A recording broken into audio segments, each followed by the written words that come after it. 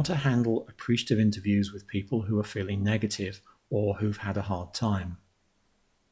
Recently, one of my Practical Appreciative Inquiry course graduates emailed me an interesting question. She's using an appreciative interview format in her research working with maternity staff, doctors, midwives, and maternity support workers who've worked through the COVID crisis and obviously have been under a lot of pressure. She was concerned that it would seem wrong not to acknowledge how difficult the last few months have been for them, especially when, as a researcher, she hasn't been through that experience herself. On the other hand, starting off by asking, how have the last few months been, is not a great question from an appreciative point of view, as it could derail the conversation into complaints and venting about negative experiences before it even starts. This is what I suggested. Explain that you're using appreciative inquiry for the interview.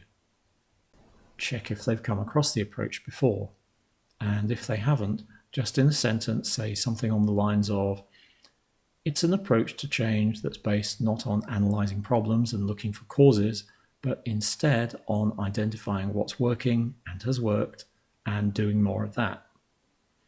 If they have heard of appreciative inquiry already, then just add, as you know, to the start of your sentence. You could go on to explain that the way it finds this is to ask about best experiences, times when people overcame challenges and things they're proud of, and so on, even if those best experiences are the exception rather than the rule. This is pretty much how you introduce appreciative inquiry to anyone. You framed it as a special type of conversation that focuses on the best experiences, even if the bulk of their experiences have been bad or underperforming, in order to work.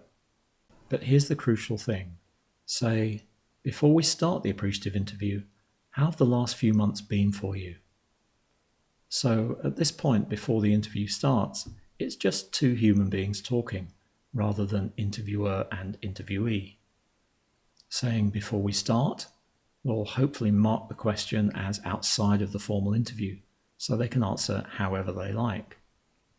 Here are some other tips for handling negativity in an appreciative interview. Parking the negatives and coming back to them later. Say that you'll make a note of any negative issues and come back to them later. If your closing question is about the wishes they have for themselves, their team, or the organization in the future, the negatives can be discussed in terms of what the interviewee would like to see instead. Normalizing.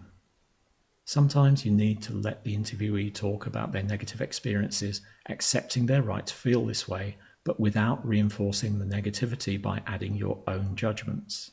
At the same time, you don't want to display toxic positivity, denying, invalidating, or minimizing their lived experience. So to maintain rapport, you can use a method called normalizing. This uses statements like, that sounds tough. I imagine anyone in that situation would feel that way. That must have been a difficult situation. What you don't want to do is to go on to add your own value judgment that reinforces the awfulness of the situation by agreeing with it or even amplifying their assessment of it. Oh no, you poor thing. Oh, you must have felt terrible. What an awful thing to happen.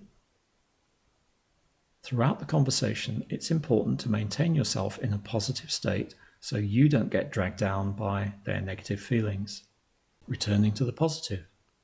After listening to a problem, say you're going back to focus back on when things are working at their best, even if it was just for a brief moment.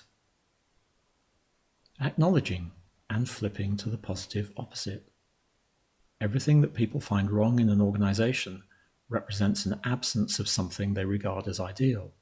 So you can acknowledge that what they're describing is not ideal, and then ask them, what would it look like if this was working at its best? Or what would you want instead of this?